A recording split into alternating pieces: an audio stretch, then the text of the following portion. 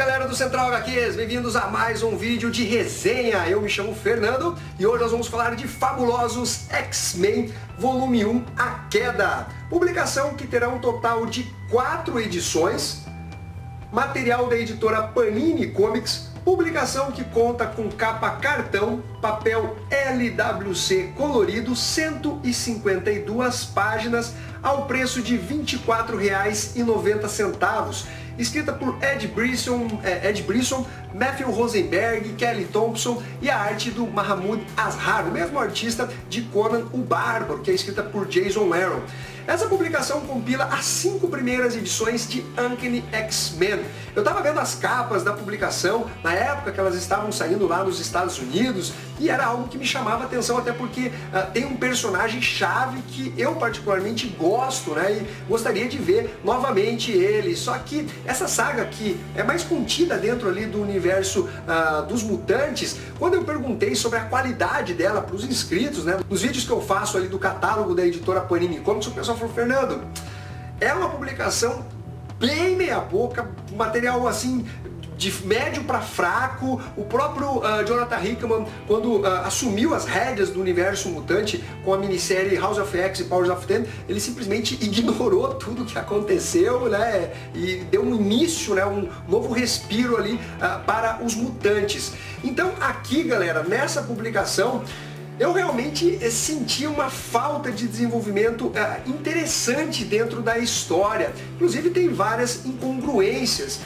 Basicamente nós temos os mutantes tendo que lidar com um ser misterioso, mas muito poderoso, que está manipulando alguns mutantes e também as pessoas, né?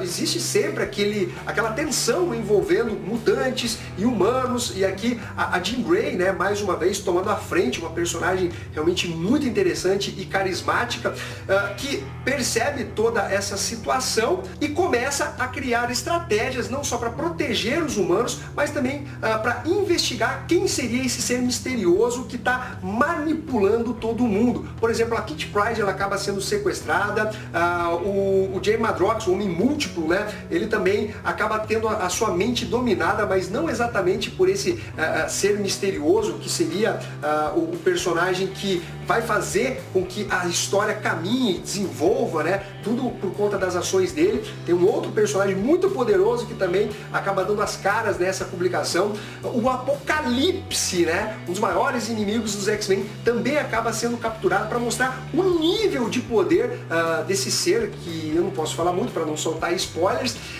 Tem uma tensão também bem interessante envolvendo os X-Men que são já adultos com a garotada, aqueles que ainda estão aprendendo, né, agem de forma impulsiva, desafiando as ordens da Jean Grey e de outros mutantes.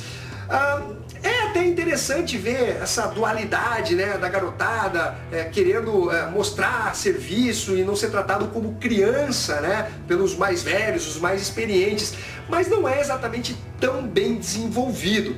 Além disso, algumas incongruências têm relacionado exatamente a esse personagem que é mais poderoso do que nunca. Ele realmente nunca foi retratado com tamanho poder. Ele é um cara que, se a gente fosse classificar, seria nível ômega. Então ele agora tem alguns asseclas ali, que é representado por alguns aliados e vilões dos X-Men, que estão bem modificados fisicamente falando. E aí que nós temos um problema quando o roteirista ele coloca, né, um personagem muito poderoso como uma grande ameaça, e não se dá conta que um personagem poderoso assim, ele tem que ser tratado com mais detalhes. Você precisa criar um contexto para que as coisas funcionem, porque ele pode simplesmente acabar com todo mundo com muita facilidade. Então você precisa criar ali meios para que a história ela acabe se desenvolvendo sem parecer incoerente. E não acontece isso nessa publicação. Por exemplo, esse ser poderoso, ele que tem boas intenções, pelo menos aparentemente, ele toma atitudes que não são exatamente morais, é algo bem questionável. Então seria como os fins justificassem os meios. E aí que ele utiliza esses asseclas exatamente para eles atacarem os X-Men.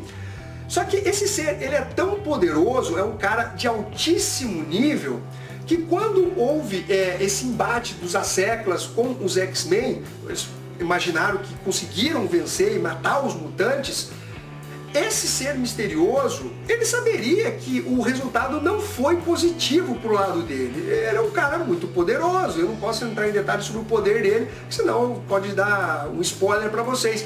Mas assim, ele saberia que não deu resultado. Aliás, pela demonstração de poder que ele teve nessa publicação, ele, de longe, poderia ter matado todo mundo, ou pelo menos a maioria desses mutantes que ele gostaria de ver debaixo da terra. Então você fica, putz, cara, se ele é tão poderoso assim, mandou os Asseclas, por que ele não fez isso sozinho lá de longe? Então, eu entendo que tem exatamente uma licença aí para fazer um desenvolvimento da história, mas esse é o problema de você colocar escritores que não estão qualificados para escrever uma história onde a ameaça é tão poderosa assim. De qualquer forma, o desenvolvimento não chega a ser péssimo, uma coisa ruim, que você, nossa, não consigo ler, mas você vê que as falas não são assim interessantes, não é uma história que empolga, que deixa você, né, olha o que vai acontecer a partir de agora. É tudo muito superficial, muito raso. Talvez a história poderia até ser menor, por exemplo, essas 5 edições, talvez em 3 ela conseguiria chegar até o ponto final, né, que é o que apresenta essa primeira edição. De qualquer forma, eu vou insistir um pouquinho mais ainda, que o pessoal já tenha comentado que não é um material realmente bacana, tão legal assim. Eu vou dar a chance de concluir essa série aí em 4 edições. É um material assim tão caro, então não é uma coisa que vai pesar no meu bolso. Então, basicamente, que nota que eu dou para Fabulosos X-Men A Queda Volume 1? Eu dou uma nota 7. Realmente não é um material assim que eu indicaria para vocês ou qualquer coisa do tipo. Então é isso daí, galera. Um abraço para todos vocês e fui!